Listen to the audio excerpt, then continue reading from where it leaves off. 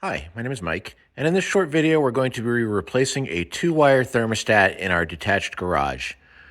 The existing install is very old and was having problems with not being able to properly set the temperature. For example, I would set it to 50 degrees and it would heat the garage up to like 65 degrees. So we want to ensure that we have a properly working thermostat for energy efficiency. The install here is about as simple as you could possibly hope for. There is a 100 amp sub panel in the garage, and you always want to make sure that you turn the power off to your heater.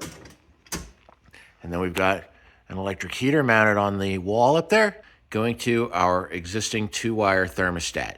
Again, as I mentioned, this is a very old style thermostat. I've already started taking it apart, and you can see it's got, to remove it, you just pull the face off, and then there was 2 flathead screws going into this electrical box.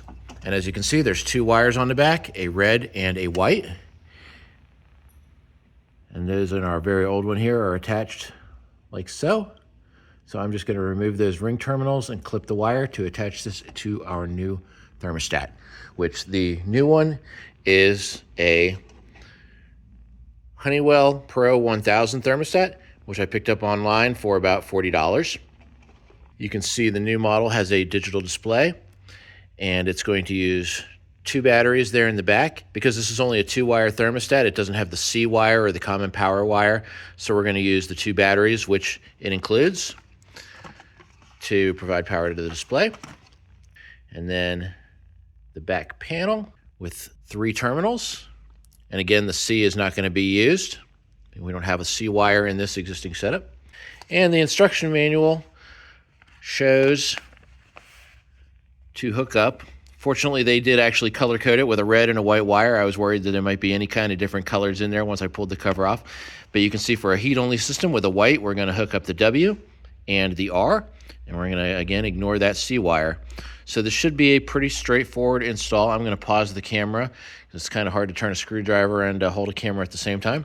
So I'm going to turn the camera off for a minute, and I will hook it up to these new terminals, and we will unpause once that is done.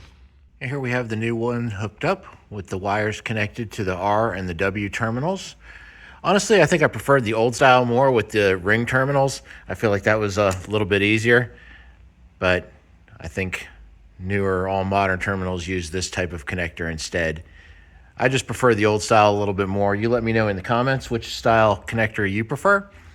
And then the only thing left to do is pop our faceplate on, cut our power back on, turn on heat on the thermostat, and then we can just set it to our desired temperature.